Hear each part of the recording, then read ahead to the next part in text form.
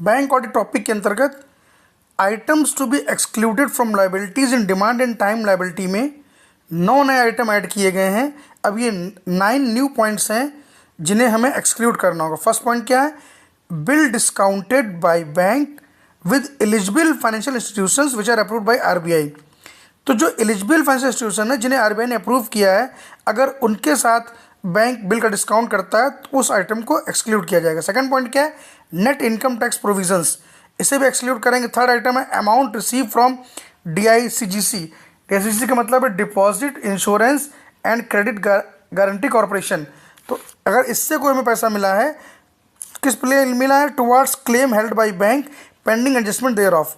तो डीआईसीजीसी से अगर कोई पैसा मिला है तो उसे हमें एक्सक्लूड करना है। फिर क्या है? Amount receive from ECGC by invoking the guarantee. देखिए यहाँ पर नेक्स्ट पॉइंट क्या है कि ECGC export credit guarantee corporation of India, इससे अगर हमें कोई रुपया मिल रहा है, काहे के लिए मिल रहा है? बाय इन्वोकिंग द गारंटी, हमने गारंटी इन्वोक की इसलिए, तो उसे भी एक्सक्लूड करेंगे। फोर्थ पॉइंट क्या है यहाँ पर? फिफ्थ पॉइंट है amount receive from court receiver. अगर कोर्ट रिसीवर से कोई पैसा मिलेगा तो उसे भी हमें एक्सक्लूड कर देना। फिर नेक्स्ट पॉइंट क्या है?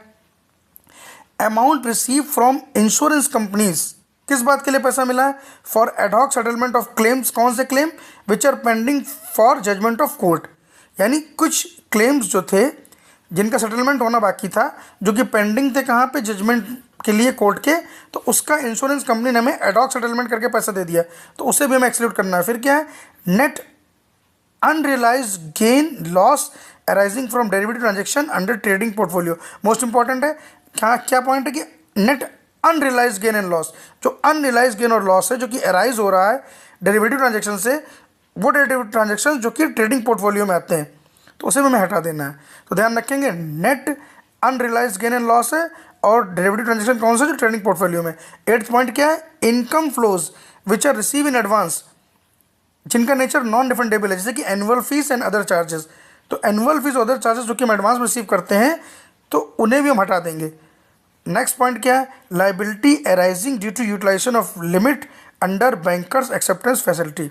तो ये 9 नए पॉइंट हैं जो कि जोड़े गए हैं उस लिस्ट में, जो कि एक्सक्लूजन की लिस्ट है, जो हम डिमांड एंड टाइम लाइबिलिटीज़ में आइटम एक्सक्लूड करेंगे। तो बहुत ध्यान रखेंगे, नया अमेंडमेंट है बैंक ऑडिट अमेंडमेंट्स में।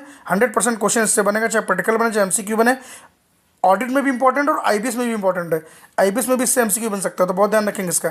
Thank you, thanks a lot for watching my classes.